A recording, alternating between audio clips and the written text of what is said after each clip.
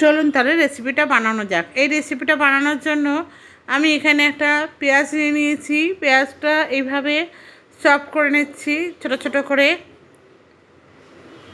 একদম মিহি করে কুচিয়ে নিচ্ছি। ভালো করে কুচিয়ে নিচ্ছি।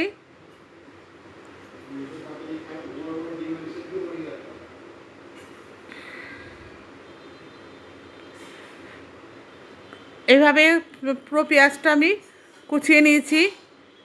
নিয়ে এবার একটা মিক্সার বাউল নিয়ে নিচ্ছি। তার মধ্যে 4-5টা কাঁচা লঙ্কা, 1 ইঞ্চির মতো আদা টুকরো করে নিয়েছি,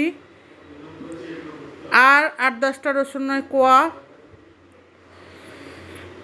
আর অর্ধেক পেঁয়াজ আমি রেখে দিয়েছিলাম। সেই অর্ধেক পেঁয়াজটা আমি এখানে দিয়ে ভালো করে একটা পেস্ট বানিয়ে নিয়েছি। এইভাবে পুরো পেস্টটা আমি বানিয়ে নিয়েছি। এবারে আমি এখানে নিয়ে নিচ্ছি পমফ্রেট মাছ। 5 টুকরো নিয়েছি, 5 থেকে 6 টুকরো নিয়ে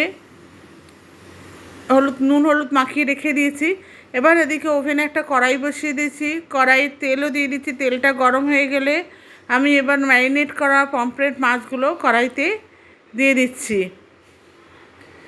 দিয়ে মাছগুলো আমি ভেজে তুলে নিচ্ছি। ভাজা হয়ে গেছে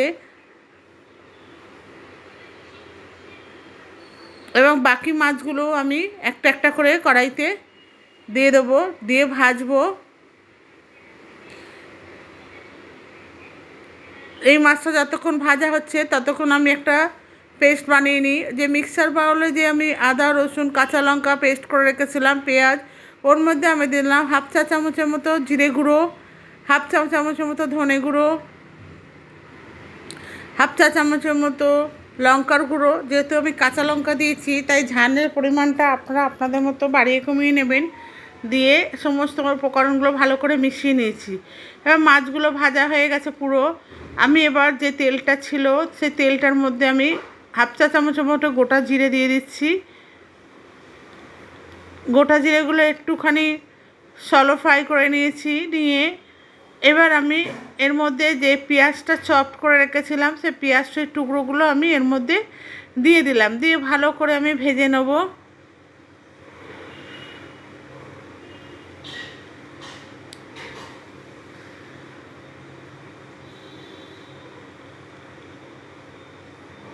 ভালো করে ভেজে নিচ্ছি।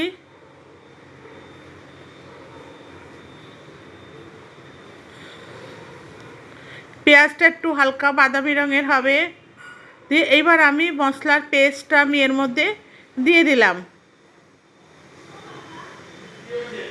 দিয়ে এবার মশলার পেস্টটাও ভালো করে আমি দিয়ে দিয়েছি। দিয়ে ভালো করে আমি ভেজে নিচ্ছি যাতে এতে মশলার কাঁচা গন্ধটা চলে যায়। এবার আমি এর মধ্যে 1/2 চা চামচের মতো হলুদ গুঁড়ো অ্যাড করে দিলাম, আর স্বাদ মতো লবণ। লবণটা আপনারা আপনাদের স্বাদ মতো দেবেন।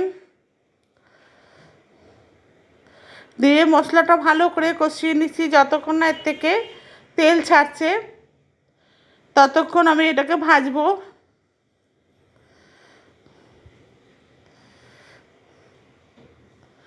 ভালো করে আমি মশলাটা কষিয়ে নিচ্ছি। মশলাটা কষিয়ে দেখুন তেল ছেড়ে দিয়েছে, তার মানে মশলাটা কষানো হয়ে গেছে।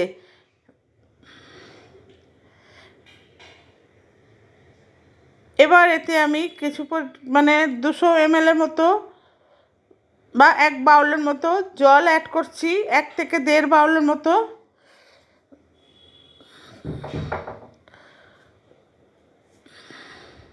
দিয়েও মশলার সাথে ভালো করে মিশিয়ে নিয়েছি। এবার আমি একটা ঢাকনা দিয়ে ঢেকে দিলাম। ঢাকনাটা খুলে দেখি জলটা ফুটে গেছে। এবার মাছগুলো একটা একটা করে আমি এর মধ্যে দিয়ে দিচ্ছি। যে মাছগুলো আমি ভেজে রেখেছিলাম সেগুলো এর মধ্যে দিয়ে দিলাম।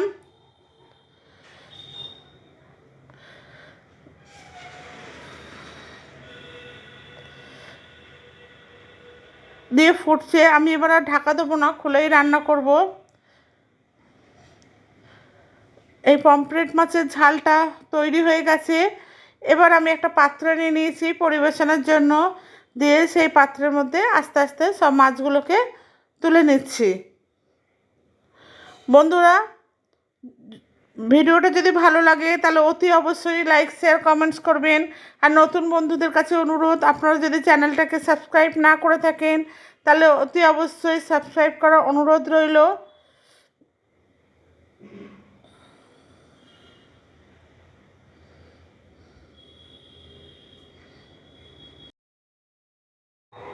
বন্ধুরা, এই রেসিপিটা আপনার বাড়িতে তৈরি করে দেখবেন, আশা করছি খুবই ভালো লাগবে এবং এটা ভাতের সাথে, গরম গরম ভাতের সাথে আরও ভালো লাগবে। যাই হোক, আমার রেসিপিটা পুরোপুরি তৈরি হয়ে গেছে। আপনারা শেষ পর্যন্ত যে দেখেছেন এর জন্য আমি আপনাদের কাছে কৃতজ্ঞ। আশা করছি আপনারা সবাই শেষ পর্যন্ত দেখেছেন। শেষ পর্যন্ত দেখার জন্য আমি আপনাদের মন থেকে ধন্যবাদ জানাচ্ছি। আর নতুন যারা আছেন তাদের কাছে যে অনুরোধটা আমি করেছিলাম, আশা করছি আপনারা তা পালন করেছেন। চলুন তাহলে আজকে এই পর্যন্ত, আবার দেখা হবে বা কথা হবে অন্য এক নতুন রেসিপি নিয়ে। সবাই ভালো থাকবেন, সুস্থ থাকবেন। ধন্যবাদ।